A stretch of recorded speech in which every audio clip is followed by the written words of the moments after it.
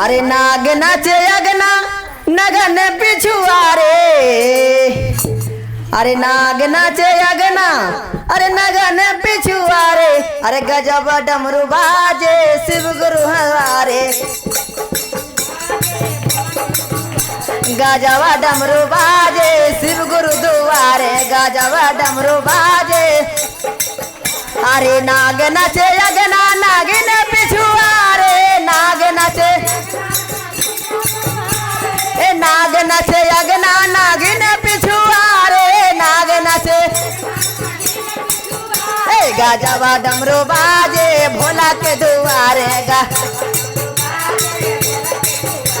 गजबा डमरू बाजे शिव गुरु दुआरे।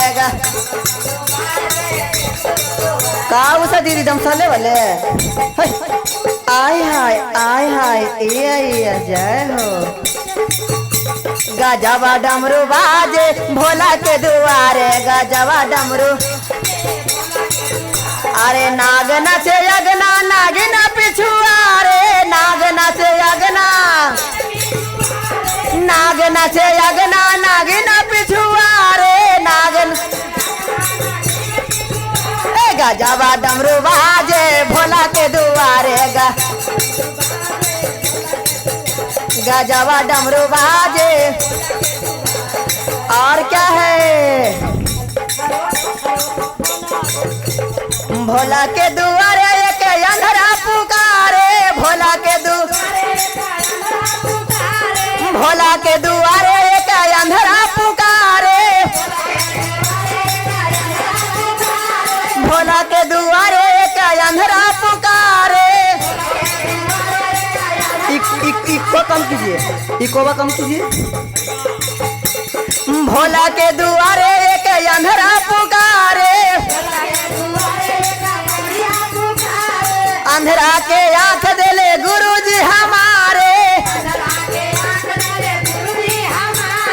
अंधरा के आंख देले गुरुजी हमारे।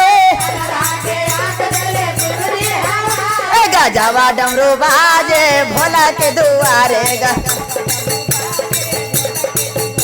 गजबा डमरू बाजे भोला के दुआरे।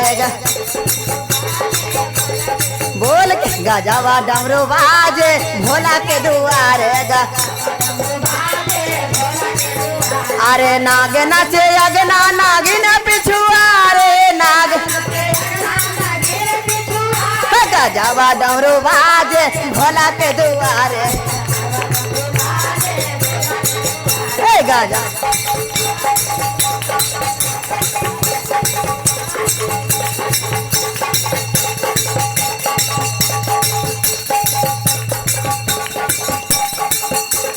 भोला के दुआरे एक निर्धन पुकारे। भोला के दुआरे एक निर्धन पुकारे। निर्धन के धान दिल न गुरुजी हमारे। गजबा डमरू बाजे भोला के दुआरे।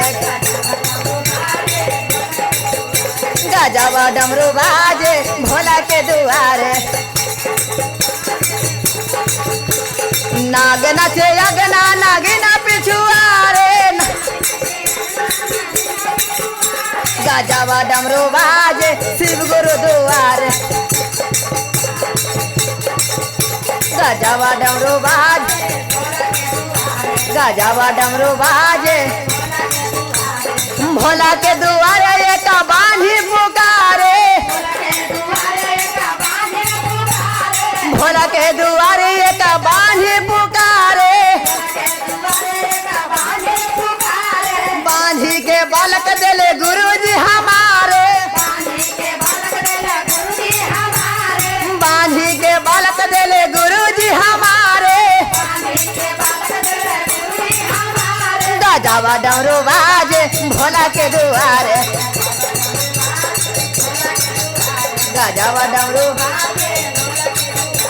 भोला के दुआरे एक बालक पुकारे। बालक के विद्या दिले गुरुजी हमारे। गजबा डमरू बाजे गाजावा डमरू बाजे भोला गाजावा डमरू बाजे शिव गुरु दुआरे गाजावा डमरू बाजे भोला के दुआरे गाजावा डमरू भोला के दुआरे। तो प्रेम से बोले शंकर भगवान की जय, हर हर महादेव की जय। तो प्रेम से बोलिए ग्राम नगर बस्ती की जय।